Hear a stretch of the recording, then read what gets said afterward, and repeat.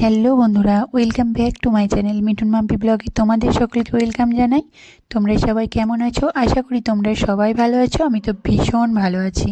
তো আজকের ভিডিওটা অনেক গুরুত্বপূর্ণ হতে চলেছে, তোমরা একটু ভিডিওটা স্কিপ না করে দেখবে। পুরো ভিডিওটা দেখার অনুরোধ রইল। তো দেখো, এখানে সবজি আমি সুন্দর করে ধুয়ে নিয়েছি, আর এখানে রান্নাটার জন্য আমি 2 রকমের ডাল নিয়েছি।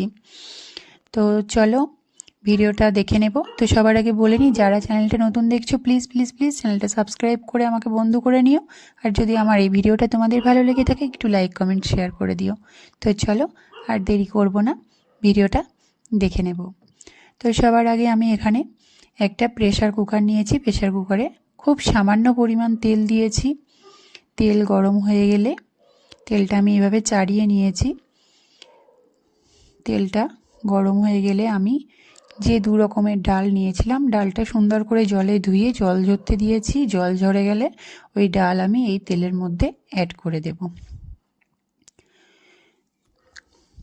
দেখো, তেলের মধ্যে আমি পুরো 2 রকমের ডাল জল ঝরিয়ে রেখেছিলাম অ্যাড করে দিলাম। এবার ওই ডালটা আমি কিছুক্ষণ সময় নিয়ে ডালটা নাড়াচাড়া করতে থাকবো, যতক্ষণ না ডালটা ভাজা ভাজা হয়ে আসে আর খুব সুন্দর একটা স্মেল না বেরোয়। দেখবে, তোমরা বুঝতে পারবে ডালটা থেকে যখন একটা খুব হালকা সুন্দর স্মেল বেরোবে, সেই অবস্থায় ডালটার মধ্যে জল অ্যাড করে দেব।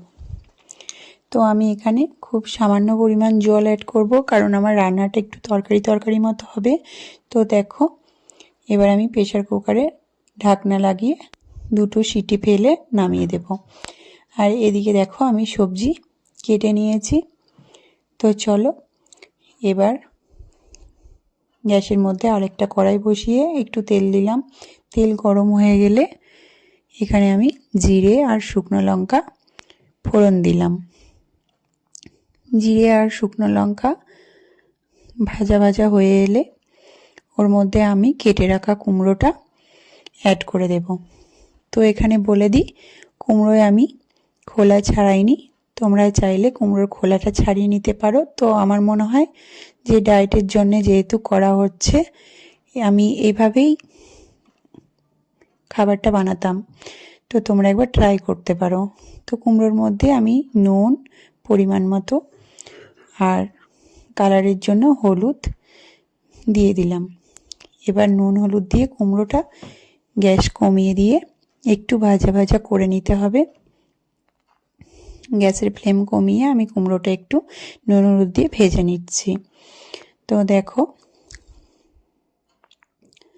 তো কুমড়োটা ভাজা ভাজা হতে থাক, ততক্ষণ তোমাদের সাথে একটা কথা শেয়ার করি। আমার অনেকটাই ওয়েট বেড়ে গেছিল। তো আমি কিছুতেই ওয়েট লস করতে পারছিলাম না। তো আমি এই রান্নাটা, এই রেসিপিটা আমি করে রেখে দিতাম সকালে। একটা পুরো বাটির 1 বাটি ভর্তি করে রেখে দিতাম। আমার যখনই খিদে পেত এটা বাটি করে নিয়ে চামচ দিয়ে আমি খেতাম। খিদে পেলেই এটা খেয়ে জল খেতাম। ভাত, মুড়ি, রুটি এগুলোকে আমি অ্যাভয়েড করেছিলাম। তো সারা দিনে রাতের মধ্যে দুপুরে একটা টাইম আমি 1 কাপ কি 1 বাটি মতো ভাত খেতাম। কতটা ভাত খেতাম তো সেটাও তোমাদের সাথে শেয়ার করব। তো চলো ভিডিওটা স্কিপ না করে দেখতে থাকো।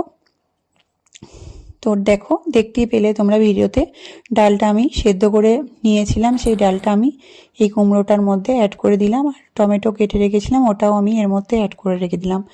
এবার আরও কিছুক্ষণ ধরে এই কুমড়ো, ডাল, টমেটো সবকে একসাথে মিশিয়ে নিতে হবে। এইভাবে নাড়াচাড়া করে খুব ভালোভাবে রান্নাটা করে নিতে হবে। তো দেখো, আমার খুব ভালোভাবে রান্নাটা করা হয়ে গেছে। এবার এর মধ্যে আমি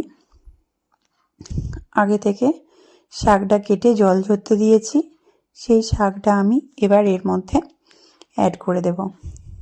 তো তোমরাই দেখতেই পাচ্ছ, অর্ধেকটা এখানে নাড়াচাড়াতেই কুমড়ো অর্ধেকটা সেদ্ধই হয়ে গেছে, আর বেশি টাইম লাগবে না। তো দেখো, শাক আমি এর মধ্যে দিয়ে দিলাম। এবার শাকের মধ্যে আগে থেকে সেই কেটে রেখেছিলাম সেই কাঁচা লঙ্কাটাও দিয়ে দিলাম। এবার যে যেরকম পরিমাণ জল খাবে সে সেরকম পরিমাণ জল দেবে। তো এটা ডায়েটের জন্য যেহেতু হচ্ছে, বেশি জল দিও না, কারণ আমরা যেহেতু ভাত মুড়ি রুটি এগুলোকে অ্যাভয়েড করছি, এগুলো যেহেতু খাবো না, তাই জন্য আমাদের পেট যাতে ভরে থাকে, খিদে যাতে সবসময় না পায়, তাই জন্যই না আমরা এরকম একটা হেভি ফুড বানাচ্ছি।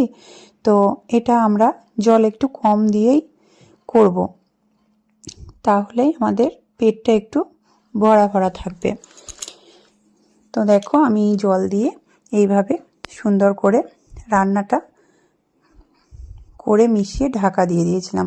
তো ঢাকা খুলে আমি 2 থেকে 3 মিনিট জাস্ট পর ফিরে এসেছি। দেখো আমার রান্নাটা কমপ্লিট হয়ে গেছে। তোমরা দেখতেই পাচ্ছ রান্নাটা কতটা স্পাইসি হয়েছে আর কতটা সুন্দর হয়েছে, একদম হেলদি একটা ফুড হয়েছে। দেখো কুমড়োটা খুব সুন্দর কুক হয়েছে। তো তোমরা এইভাবে বানিয়ে নেবে। যারা ডায়েটের জন্য অনেক চেষ্টা করছো, বা যাদের পেটটা অনেক বড় বড় লাগে, খুব মানে খিদে পায়, অথচ খুব ইচ্ছা যে একটু পেটটা কমাই, তারা এটা করতে পারো, এরকম খাবার খেয়ে ডায়েট কন্ট্রোল করতে পারো। আশা করছি পেটের মধ্যে খিদে খিদে ভাব যেটা সেটা হবে না। তো দেখো আমি সার্ভ করছি রান্নাটা, কত সুন্দর দেখতেই লাগছে, তাহলে বুঝতে পারছো খেতে কতটা সুন্দর লাগবে, আর খেয়ে পেটটা অনেকক্ষণ ভরা থাকবে, খিদে পাবে না। তোমাদের যে ভাত খাই না রুটি খাই না যে মনের মধ্যে সব সময় হয় না, আমার হতো। আমি যখন ফার্স্ট ডায়েট করতাম তখন আমার মনে হতো যে মা আজকে তো ভাত খাইনি, মা আজকে তো রাত্রি ডিনার করিনি, এরকম মনে হতো। তো তখন আমি এইটা খেতাম, তো এখন আমার আর এগুলো কিছু মনে হয় না।